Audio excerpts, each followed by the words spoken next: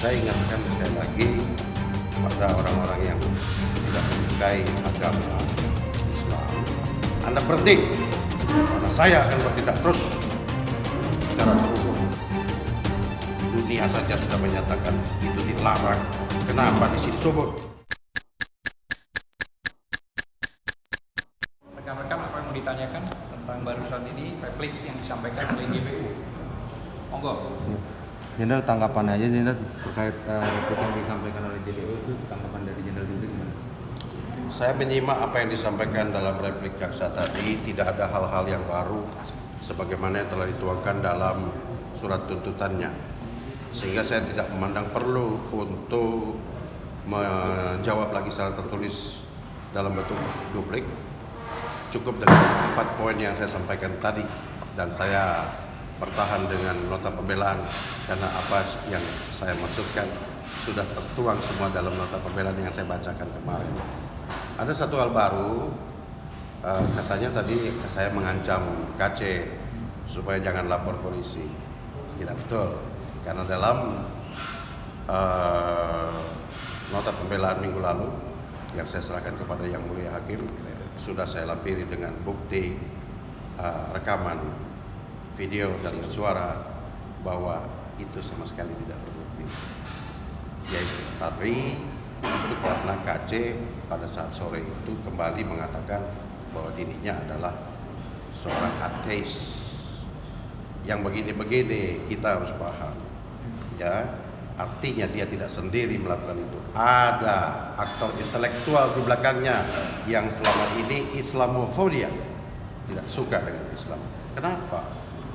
Ya, saya ingatkan sekali lagi pada orang-orang yang tidak menyukai agama Islam atau Islamofobia, Anda berhenti, karena saya akan bertindak terus secara terukur.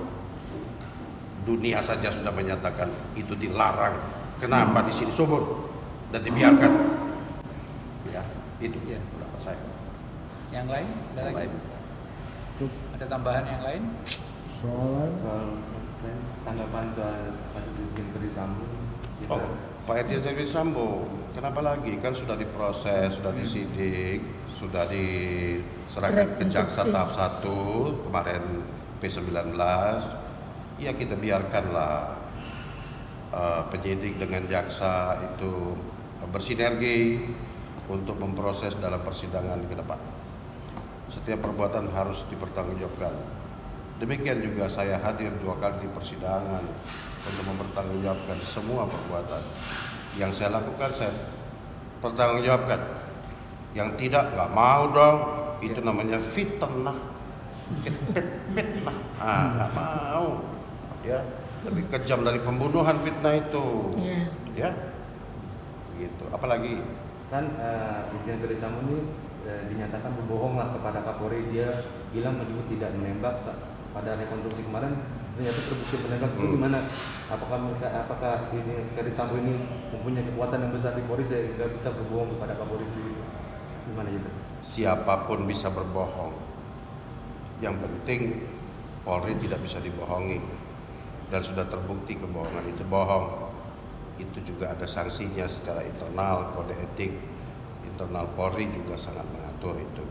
Jadi silakan yang dilakukan proses, saya yakin bukan hanya pidana, tetapi juga kode etik Polri juga akan ditegakkan. Silakan, itu menjadi PR bagi Bapak Kapolri. Kemudian kita tahu bahwa minggu depan 2 minggu lagi ya 2 minggu putusan. lagi. Kita tunggu. Jelas-jelas di dalam nota pembelaan saya menyatakan bahwa dakwaan dan tuntutan itu tidak tepat. Bukannya saya lari, saya melakukan tindakan kepada KC. Saya akui di sini dengan terus terang apa adanya. Tetapi yang tidak saya lakukan tidak mau dong. Ya, Dan jadi itu bahkan visum et repertum saja menyatakan itu luka ringan, penganiayaan ringan. ya, Ahli yang disampaikan oleh JPU ini bilang itu lebih tepat pasal 352. Jadi dalam konteks ini apa yang didakwakan maupun itu pasalnya tidak tepat. Ya. Kalau tepat kena, Ya. tapi kalau tidak tepat nggak bisa. Itu asas legalitas itu, makanya dalam pledoi saya sampaikan salah memasukkan menentukan pasal ya harus lepas. Itu konsekuensi penegak hukum. Ya. Tapi kita lihat, kita tunggu bagaimana kebijaksanaan hakim dalam menilai itu. Kita yakin. Kecuali ada istilah pokoknya harus dihukum, ya udah mau diapain lagi kalau kayak begitu. Aneh siap. Apa?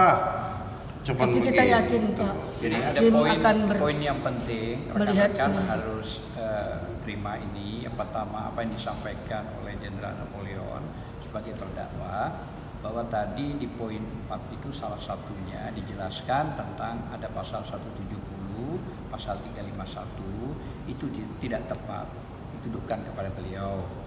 Karena kemarin pada saat dihadirkan saksi ahli pidana dari JPU jelas mengatakan begitu kita tanya bahwa jika kasus itu dilanjutkan masuk pada ranah pasal yang 352. ringan yaitu pasal 352. Nah itu penting karena beliau yang menghadirkan dari JPU. Nah, karena dari Kejaksaan Agung yang menghadirkan, kami tanya jawabannya begitu, maka tidak ada alasan. Dan, Seperti itu yang dan semua itu sudah kita masukkan dalam nota Pledoi. pembelaan untuk pledoi kok. Pledoi. Saya pengen cepat juga ini. 2 minggu lagi langsung putusan. Begitu ya? Iya. Saya mohon doa dari semua Sama-sama dosen, kita berdoa. masyarakat ya. Saya tidak menghindar dari hukuman. Tapi hukum saya yang saya perbuat sesuai dengan pasalnya. Kalau nggak benar, kita dulu. Kita orang intelektual, kita ngerti hukum semua. Jangan sampai ada yang keliru. Jangan sampai melimpahkan kekeliruan kepada orang lain. Ya, semua ada konsekuensinya. Soal PC tadi ada yang tanya kenapa nggak ditahan? Ya, kenapa nggak ditahan PC? Ya, ke beliau Iya. lah.